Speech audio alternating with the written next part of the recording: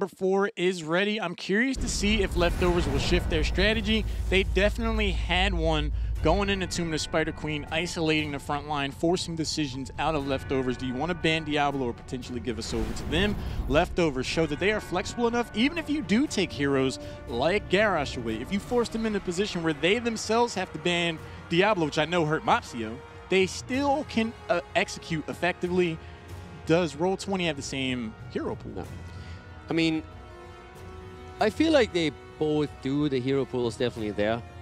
It's just this is also going to be a very different map. We have Battlefield coming in now, and that's a map where you have a lot more brawls happening, especially through the middle. And it's also a map that both of the teams really like. It was 7 times chosen by Roll20, 5 times by Leftovers. Both of the team have a 67% win rate on the map, and it's a great map for both of them. It's also by far the best map that we have for Roll20. So they go into the strongest battleground, knowing fully well that it's also a good battleground for their opponent. But this is where they're saying, okay, we need to just bring in the big guns right now, make sure that this is a map where we know we are strong, because we need to bring this to map 5 now. Roll20 should go into this fully not expecting to get Tyrande. Yeah, Tyrande is going to be banned. I don't see an iteration of reality where Leftovers allows Tyrande to fall into the hands of Roll20 Esports. Not only was that a huge foil to Diablo's value in the first game, but on this battleground in particular, that added race potential, there's just too much on the board that Tyrande brings to leave her out there. So Roll20, they have to go to plan B. Yeah, not banning Tyrande here would be nuts. Short of them taking it themselves first pick, Leftovers would be doing themselves quite the disservice of leaving that hero out there. If Leftovers ban out Tyrande right now, it would basically say, all right, maybe we didn't practice enough with her after all. And yep, that seems to be the case.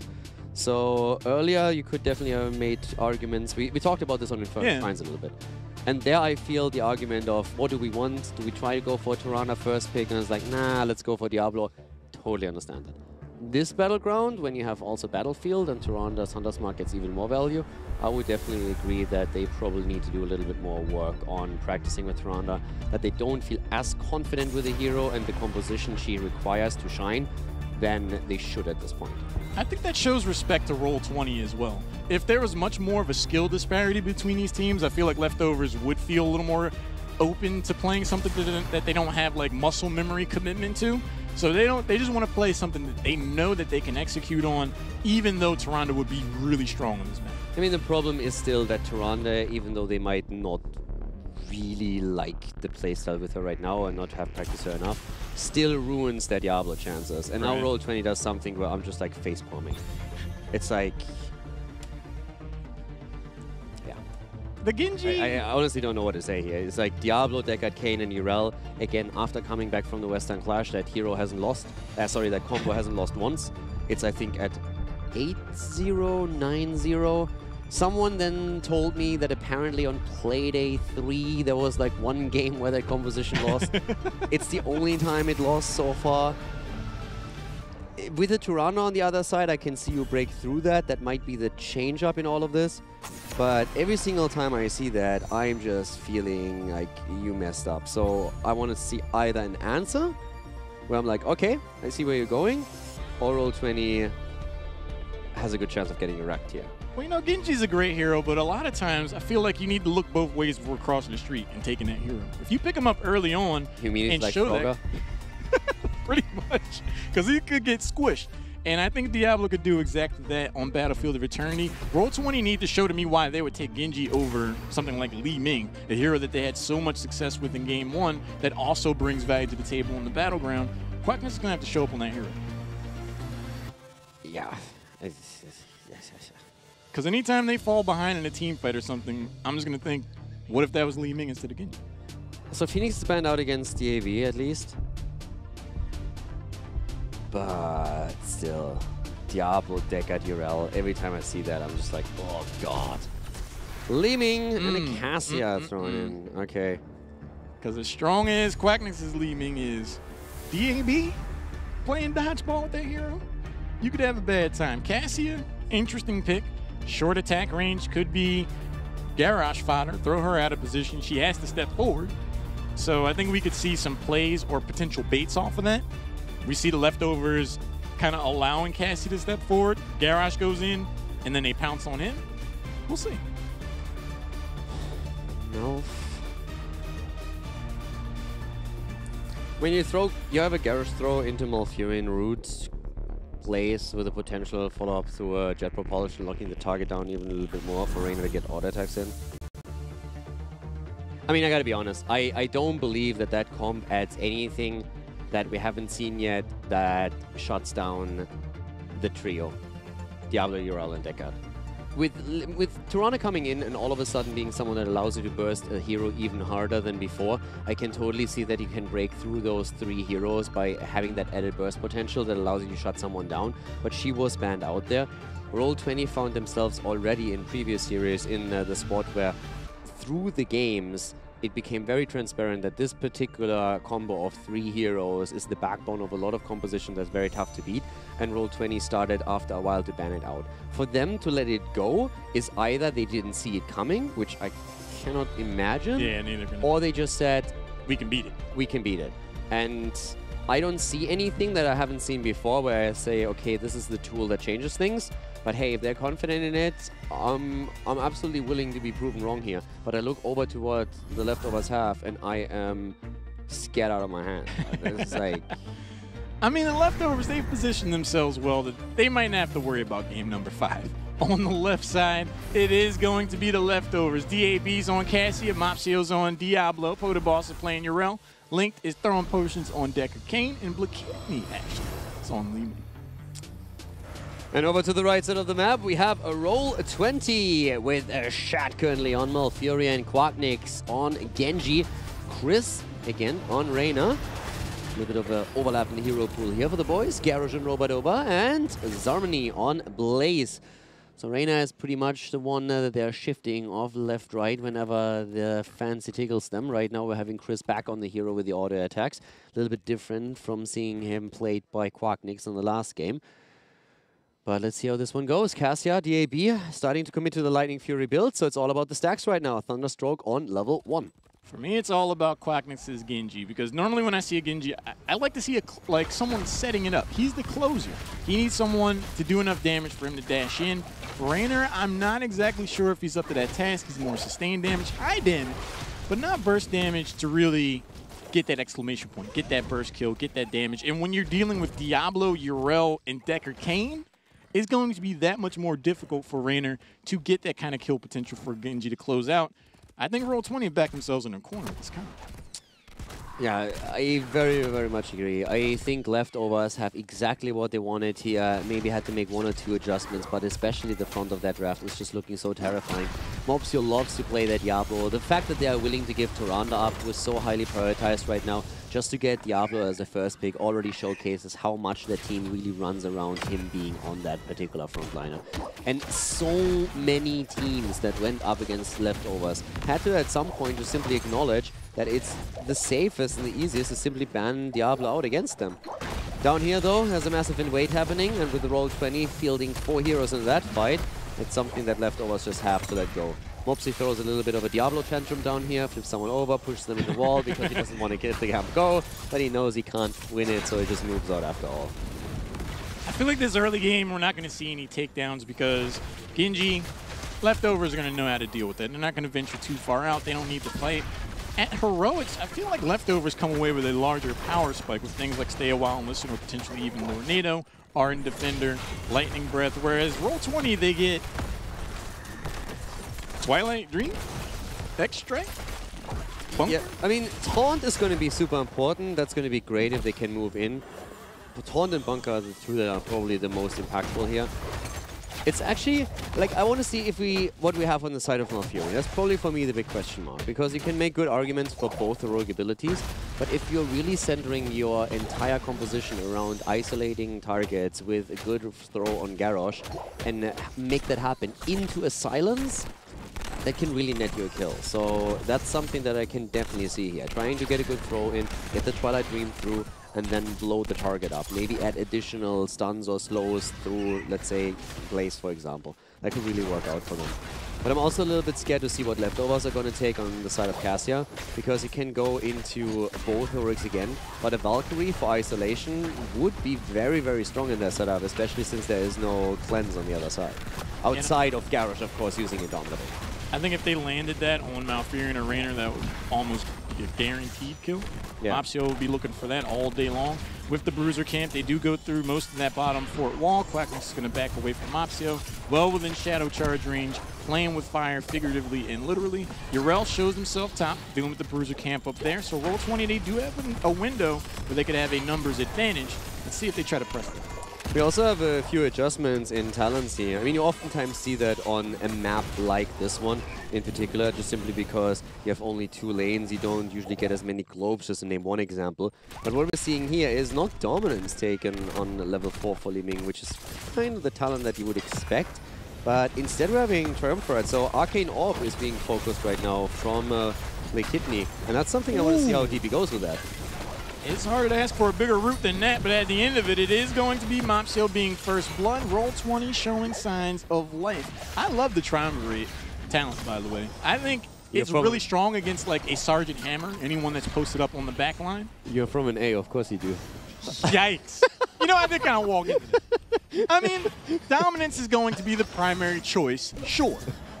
I have to apologize for that one, I feel. But I couldn't resist. I need to stand an 8 count on that one. That was a layup. Yeah, that cut in pretty deep. That cut in pretty deep.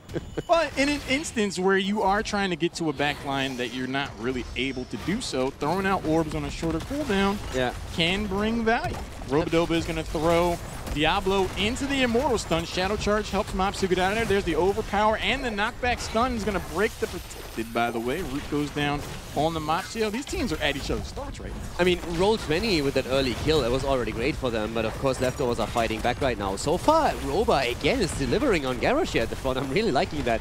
Holy Boss in trouble, but in comes Mopsio, and here comes Quacknix going straight for the Protected, and all of a sudden the Lord of Terror, not so terrifying anymore. And the stuns again from Robodoba. 2 kills already for Roll20 against Diablo. Is the answer to Diablo, Deckard, and Yrel to put Robodoba on Garrosh? Is it that simple? I mean, every time I see Robodoba's Garrosh, I think back to that interview Quacknix said, like, oh, well, if the situation calls for it, I'll maybe give them Garrosh if he says so. I think they just need to give him that more often than not. He is making so many plays for this team. A lot of damage goes onto his army, starts to back him away, but there's a sizable lead on the Immortal. Leftovers, they're dealing with a lot of aggression right now. So Mopsio is still at 50 stacks on his souls. I mean, that's also playing a bit of a role here, obviously, since he's not fully stacked yet, when he's just super terrifying. But the level 7 talent, that gives us Calamity now on the side of Kidney. That's good damage output too. So let's see if that maybe changes things around here for the Leftovers. But at this point, Roll20 is doing well. Linked in trouble, and with trouble, I mean, he's dead. Garrosh with the alley-oop onto the Immortal Stun is a highlight reel in and of himself. Shad's eating a lot of damage. DAB and Mopsio are going to be able to make it a 1-for-1 trade. I don't think that's going to be all of it, though. Garrosh gets taken down. Potoboss putting the screws. His army starts to back away. Chris is a long way from home, but no attention there. He should be able to get out. It started out well. The great isolation kill against Deckard Cain again, and then down goes Malfurion, and here come the resets. Down go 2, there's 3, and with Li Ming getting reset after reset, they're just moving in to get that objective. Leftovers, as all is said and done, take objective number 1. They show their resiliency because Robodoba is throwing people into these Immortal Stuns with near perfect accuracy. And the engagement is just a lot to deal with. To be able to turn things around, especially after losing a hero first and come out ahead, very impressive. It's really weird for me. I mean, first of all, Robodoba, how he plays with Garrosh, that's already always fun. The value that they just got out of that single hero that created opportunity after opportunity, kill after kill. And then with all those kills coming in, you expect Roll20 to just roll over that objective, and instead the Leftovers actually make it happen. Mopsio, again, a bit in trouble. Here comes the setup, and Diablo is dead. He just had, look at this, he just got his souls and is immediately reset. Sometimes you knock on the devil's door, he's going to answer you. You get that close to Garrosh on the wall and you haven't taken that wall down yet, you're going to have a pretty bad time. And Diablo finds out firsthand why. Potoboss is getting some value down bottom, goes to the rest of the wall and the well, which can have implications going into the mid-game.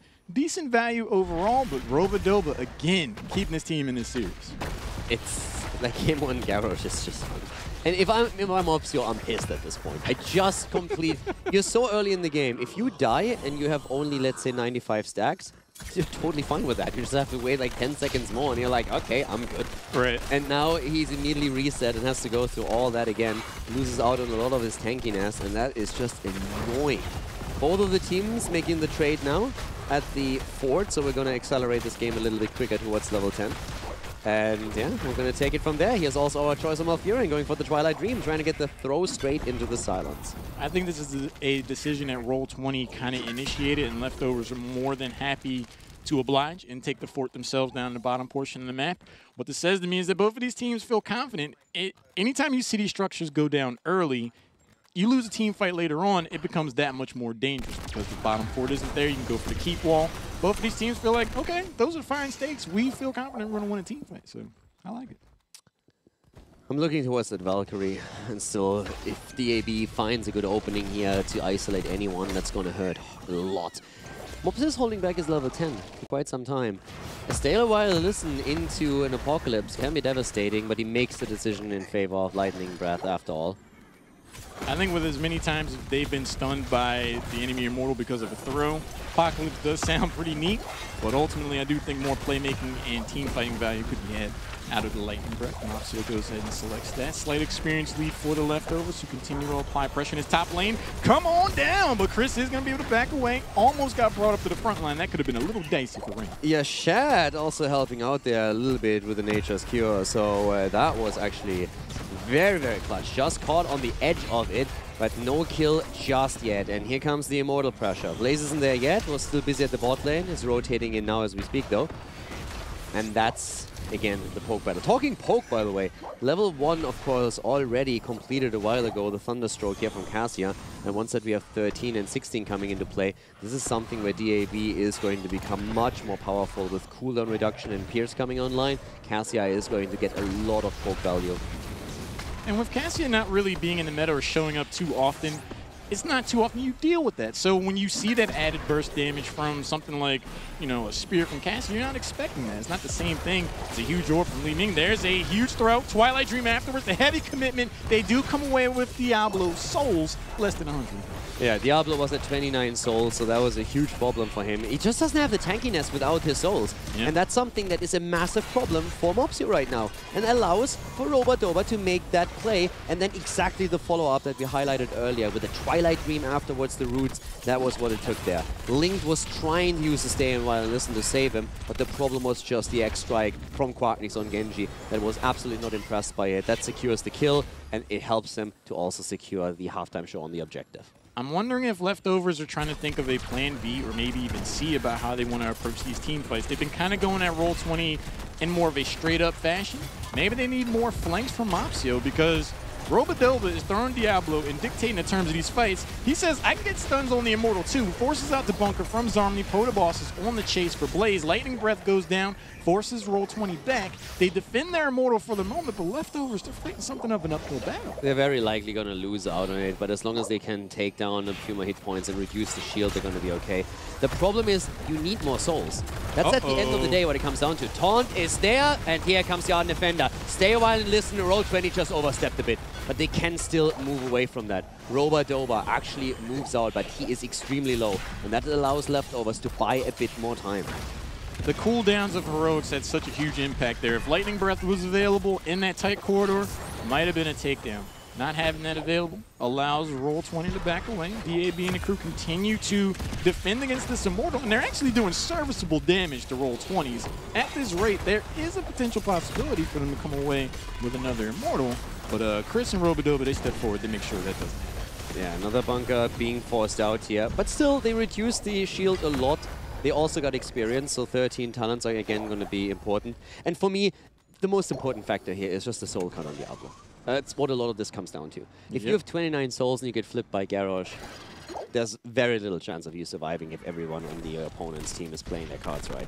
If you have 100, then we're talking a completely different ball game. And now he's sitting at 48, so he's slowly getting there again. But this is what Mopsio needs right now. He needs to have his soul stacks in, and then Roll20's life is becoming more dangerous. And they are working on the 13 talent now too. Ooh. Again, the move with a Valkyrie. DAB goes boss mode as they eliminate not only Reyna, but also Blaze.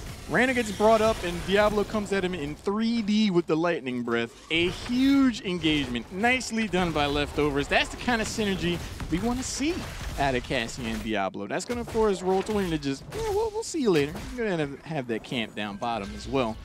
The route into the pole was near perfectly timed by Leftovers. And I'm now, this is the time when I'm really scared for Roll20, because now you have already the Thunder God's Vigor on level 13. So at this point you have a cooldown reduction for DAB that allows them to get way more value. And you also have the Ancient Blessings, and that is such a great tool for the Arcane. Keeping people alive when that combo comes out of Roll20 is all they need to do. Burn, like, force cooldowns, and then just go deep. And we have 87 stacks already on Diablo. Things, in my opinion, are looking up for Leftovers. And a bit of a shaky start there, but I would, at this point, definitely favor them. I think what we just saw there is going to force Roll20 to shake their strategy up. The Deckard Cain Cassius synergy, the price is right. Come on down, as I like to call it, is going to be something of a problem, because if you get rooted, it's probably not over. You're getting drawn forward into the stay a while and listen and everything else. Leftovers have definitely shown some interesting synergies with their composition, and I don't think Roll20 was ready for that. Putting damage on the Cody boss. Taunt goes out. Roll20's committed. Yeah, but here's the ult, and there's the stay a while listen bunker, and this could be a bloody day for Roll20 as they are all low. Harmony goes down. He's the only one. If anything surprises me here, then it's that he's the only one who actually fell, because that didn't look too pretty for a lot of the heroes on that setup. Yeah, the retreat was in for Roll20. Blaze just kind of caught out, gonna get picked off by Leftovers.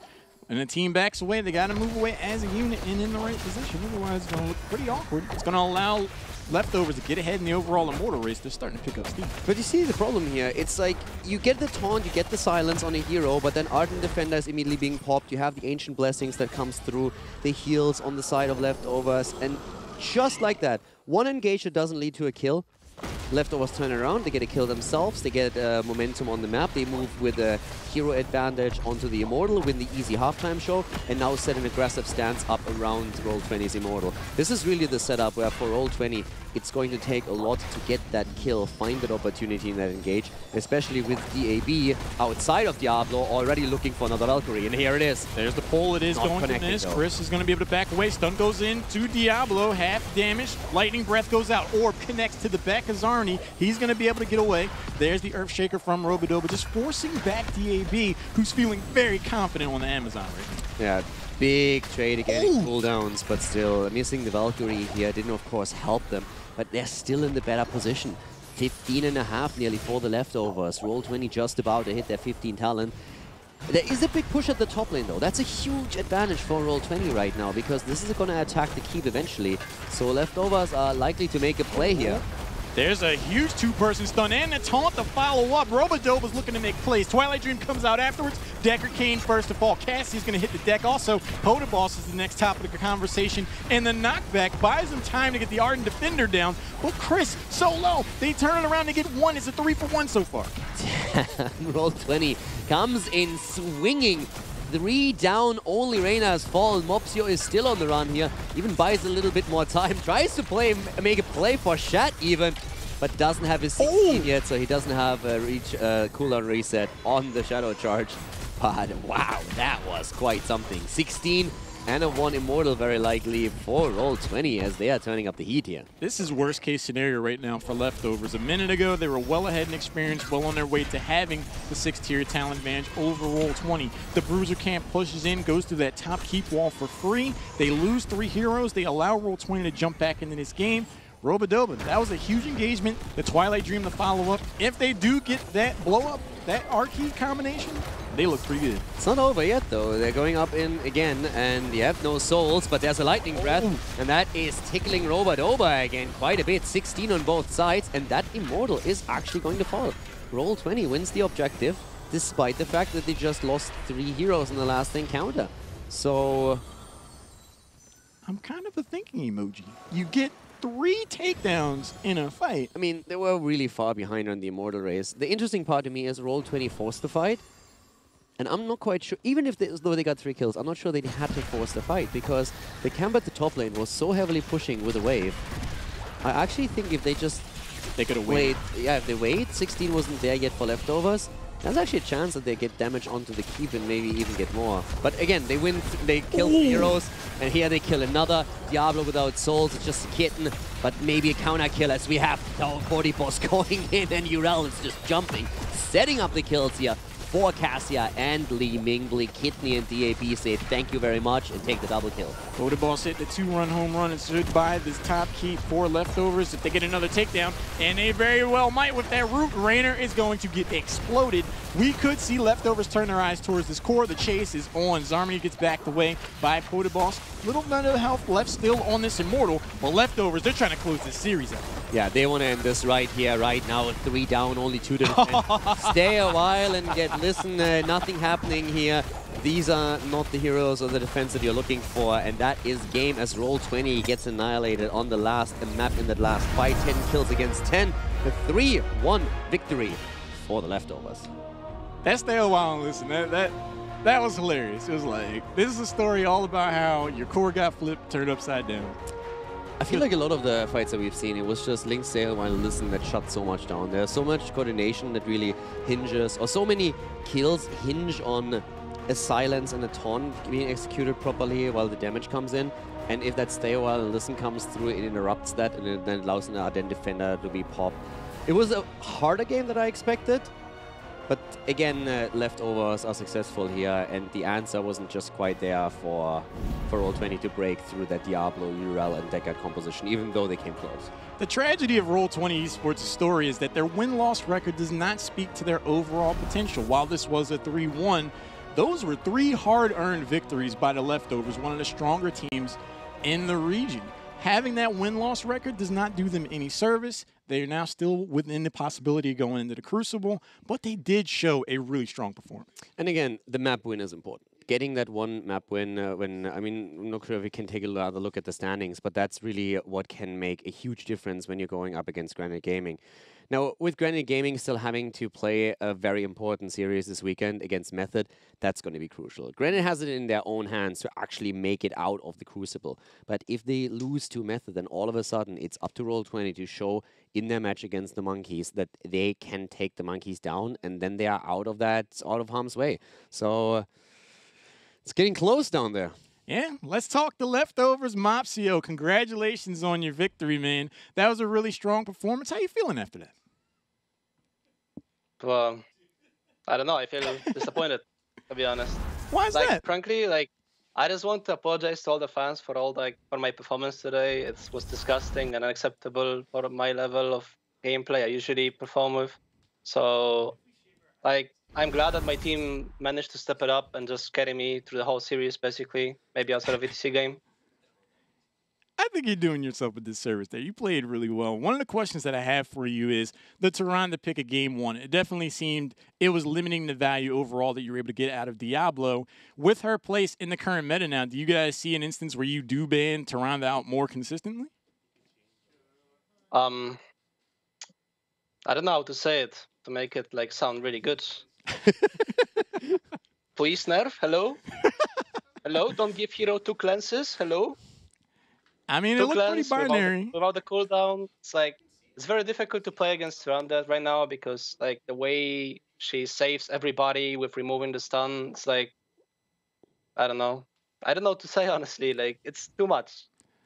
In one of the drafts, we saw heavy priorities over banning out the front line. Garrosh, and then you guys yourselves banned out Diablo. Was that a surprise to you coming from Roll20, or is that something you guys expected and you were more than prepared to go into the ETC? Well, ETC is something we practiced, and ETC is something I feel comfortable since 2017, basically, but he kind of died in the meta. Honestly, I don't know. Maybe I don't understand the thinking process too much, but maybe their thinking process was that okay, if I don't get Diablo, I run it down with other heroes, but today it was the opposite, so I don't know. I don't really understand the bans that much. I think if I would be them, and if I would see in my current performance during the day, I wouldn't aim to ban myself out, honestly. You only need one mosh pit to win the game. I'm going to pass you over to Kaldor. I mean, I'm nagging German that criticizes people. I don't even know what to say. You're bashing yourself way harder than I could ever do. It's getting a little bit crazy there. Do you actually feel that your Diablo performance was this bad today? We've talked about game one that you struggled against Tyrande. The blow-up potential against Diablo is so much harder when you have her on the other side. And that was definitely where you suffered a lot of that front line and they tried to punish you. And in the last game, there were a couple of engagements that didn't work out. But don't you think you're a little bit too harsh on yourself? I mean, I expect whenever I play Diablo, I expect either like at least a very solid level on Diablo, at least like or even perfection, because I feel like sometimes I have games in which I pull out like literally play out of my mind. And the Diablo blow up potential was the Trunded blow up potential was definitely something I struggled against. And I mean, I think just Trunded is too strong overall because she gives too much. But like the game number 2 on Infernal Shrines, I did a very horrible engage on the bottom side, trying to get a pick on one target. It was not something I wanted. I would do normally. I don't know why I did it. Mm-hmm. And of course, on this map, like I don't know, I was just running it down and like watching my team putting me on their backs and like, yeah, we will carry you. All right, fair enough. But I have another question here that comes a little bit to Diablo and the drafting that you guys have. You talked about how strong you perceive Toronto to be and how much of an impact she has on you as a frontliner since you can be blown up. She has the basically double cleanse available on level 1. But you guys refused to play her. Even when you found yourself in a position where you had the first pick and you could make a choice, do you want to ban Toronto or do you want to get her as a first pick? You always made the choice to instead go for a Diablo first pick. Where does that stem from? Do you guys not feel confident playing her? Is it a hero that just doesn't fit really your playstyle? Or do you just, as a team, believe that Diablo in your hands, completely disregarding your personal perception of your performance today, that Diablo on your side and in your hands is just so much stronger than her in the game? We all came up to the agreement that that for leftovers as a team, it's better to always hold up to the comfort picks. And Tiranda is not a comfort pick yet. She will be definitely a comfort pick for the playoffs and for the Granite Series, but she's not yet ready to bring her in HGC games. And we believe that in this particular week, Diablo pick is having more value for us than Tiranda pick outside of my performance today. All right, awesome. Thank you very much. Again, congratulations on your victory, Mopsio. Outside of just this win, there were huge implications on the results of this matchup. In the overall standings, as a result of this, you guys have gone ahead of Method. How do you feel that gives you a chance on making it back to Anaheim for BlizzCon? I mean, we still have to like remove 3 maps from our map score because we play Dignitas at Sunday. So I think it's very temporary, to be honest, unless Method loses to Liquid. But I don't know. I don't know if it's gonna happen. So we don't count the map score right now like very seriously because like Dig is too strong. It's like maybe if we take a map from Dignitas, it would be like less RNG, but other than that, not really. I have actually a question to follow up for a second because you just said that you don't think that Method is going to lose to Liquid. Now, if Method actually wins against Liquid, then all of a sudden we're in a situation where Fnatic, with a victory and they're playing tomorrow against Liquid, could potentially secure a second spot. Who do you think is going to take that number 2 spot? Do you have the faith in Fnatic and Method to take down Liquid, or do you feel that at the end of Phase 2, the second spot will go to TL? From my perspective, I would like to face both Liquid and Method in the playoffs. So I would love Fnatic to get a second seed because suddenly the Western Clash break and the improvement they did is like overwhelming a little bit for I believe for the other teams. So I would love Fnatic to take the second seed as I look at the perspective of qualifying to BlizzCon myself. All right, fair enough. Thank you. Mopsio, congratulations. The floor is now yours for shoutouts. Thank you for all the support I received through the social media and stuff. And of course, the biggest shout out today comes out to our support player Linked because he hits 26 today. So, Chad, happy birthday to you, Linked, and wish him even more OP Decker plays. I don't even need to see Twitch chat to know there's a stream of Feels birthday mans in the chat. Happy birthday, Link. Again, congratulations, Mopsio. We'll see you taking on Dignitas later this weekend. I think they could take a game off of them. Yeah, I'm actually I don't think I've ever heard a player being that harsh on himself after a 3-1 victory. And I had to, I mean, I had to listen to Shrimpy a couple of times. Shrimpy can be a very, like a guy that is very, very self-critical, but that was hitting a new level. So it's interesting to me. Yeah. I mean, it reflects to a lot. I feel that you have to judge the games on, okay, what do you expect from that? Maybe they went into this and said, okay, this has to be a clean 3-0, but he was more so really down on his own performance here. Still, they take it. It's good to know, I feel for him, that even when he doesn't have the best day, his team is still going to carry him through. He did the same in the past at the Western Clash. We've seen it a few times, and also in the league. So it's good, I think, for him to know that he can also rely on his teammates if he has a bad day. So it's a really good point. It's not the 1v9. A lot of action yet ahead. Let's take a look at tomorrow's schedule, because there are still a lot of high priority matches. Tomorrow we have a big one. We'll start off with Method taking on Granite Gaming, but Team Liquid versus Fnatic. That is going to be a match of titanic proportion. If you're a fan of HGC Europe, tomorrow is the day to watch, because tomorrow a lot of the things are going to be decided, or a lot of the things are at least going to be brought onto a certain path. If Method takes it against Granite Gaming, then Roll20 is going to be very happy, because it will be in their own power to make it out of the Crucible. Team Liquid versus Fnatic has huge impact on who is going to go to BlizzCon and who is also going to take that third spot. So that's going to be a massive step towards that direction, where a lot of answers are going to, or a lot of questions are going to be answered. And yeah, tomorrow is going to be great. Yeah, I mean, Mopsio said he's definitely rooting for Fnatic. That concludes HGC Europe today. We'll see you tomorrow. We've got NA coming up. More action ahead.